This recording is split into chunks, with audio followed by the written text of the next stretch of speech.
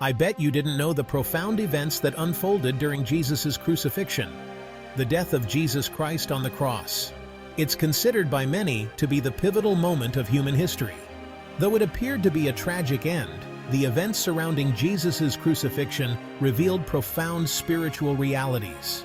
The sky grew dark as night, the earth trembled, and a Roman centurion, hardened by years of battle and bloodshed, looked upon the crucified Christ and uttered these words, "Truly this was the Son of God."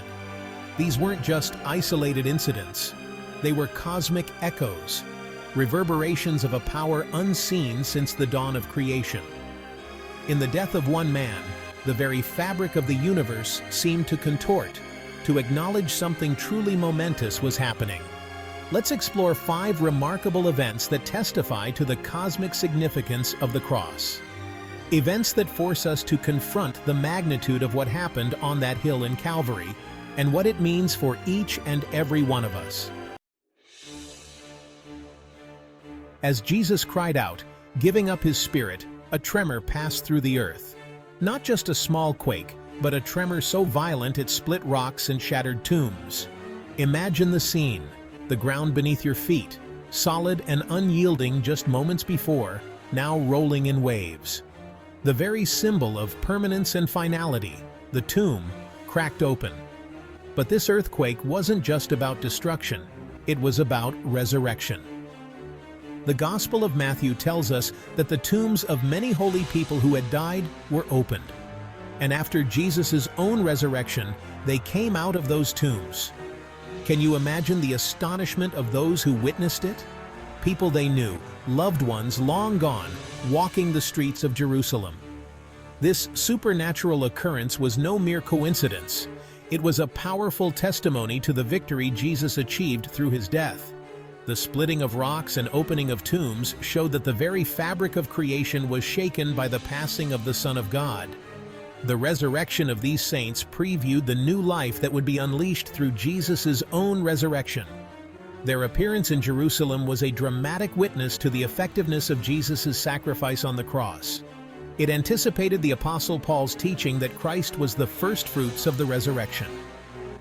The earthquake, the open tombs, the resurrected saints, they all pointed to one inescapable truth.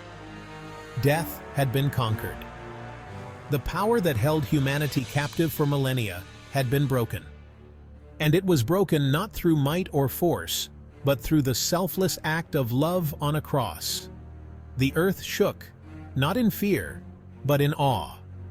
It trembled, not in destruction, but in anticipation. Because on that day, death itself died, and a new dawn, a dawn of hope and resurrection, had begun. In the heart of Jerusalem stood the temple, the holiest place in Judaism. And within the temple was the Holy of Holies, a sacred chamber where God's presence was said to dwell. Only the high priest could enter this sacred space, and then only once a year, after meticulous rituals of purification. A thick veil, a tapestry so heavy it took several men to move it, separated the Holy of Holies from the rest of the temple. It was a physical representation of the separation between God and humanity, a stark reminder of our sin and unworthiness. But at the moment of Jesus' death, something extraordinary occurred. The Gospel of Matthew tells us, "And behold, the curtain of the temple was torn in two, from top to bottom." Imagine the scene, the deafening rip of thick fabric, the gasps of the priests and worshippers as the veil, once a symbol of impenetrable separation, lay ripped in two. This was no ordinary tearing. It wasn't wear and tear, or the work of human hands. The veil was torn from top to bottom, a clear sign that this was a divine act, a deliberate tearing down of the barrier between God and humanity. But through his death, Jesus opened the way for believers to enter boldly into God's presence. The tearing of the veil signified that the barrier between God and man had been removed. No longer would people be kept at a distance, for now they could approach the throne of grace through Jesus' superior priesthood. The author of Hebrews explains that Jesus' body was the new and living way through the veil. Just as the veil was torn, so too was Jesus' flesh sacrificed to provide direct access to God. This dramatic sign revealed the profound meaning of Christ's work on the cross, to reconcile sinful people with their holy Creator. Chapter 3. Supernatural Darkness. At noon, the hour of the sun's zenith, a shadow crept over the land. The sky, moments ago bathed in the brilliance of a spring day, turned a deep, unnerving black. This wasn't the natural darkness of an eclipse. The Gospels tell us this darkness lasted for 3 hours, blanketing the land in an eerie, unsettling gloom. This supernatural darkness was a powerful sign from God, accompanying the death of His Son.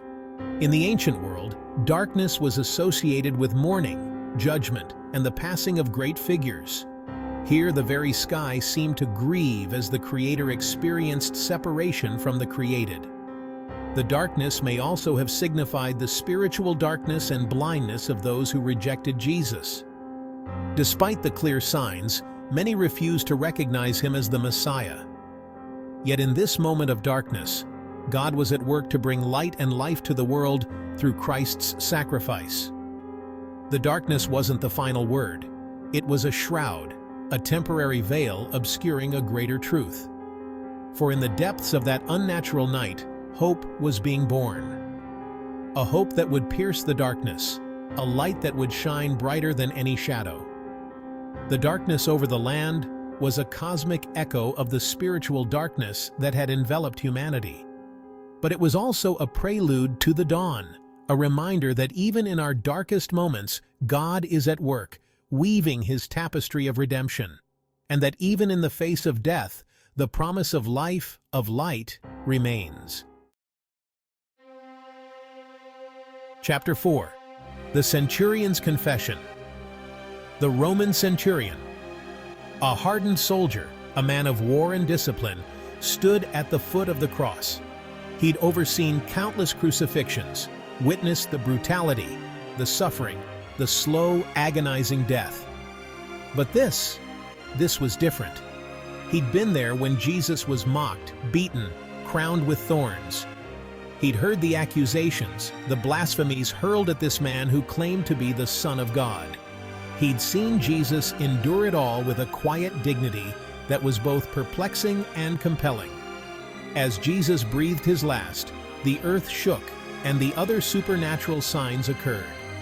Filled with awe, the centurion declared, "Surely this man was the Son of God." This was a remarkable confession, for the centurion would have been well aware of the Jewish leaders' accusations against Jesus.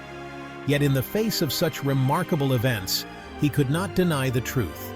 This was no mere criminal, but the very Son of God. The centurion's words testify to the power of the cross to transform even the most calloused of hearts.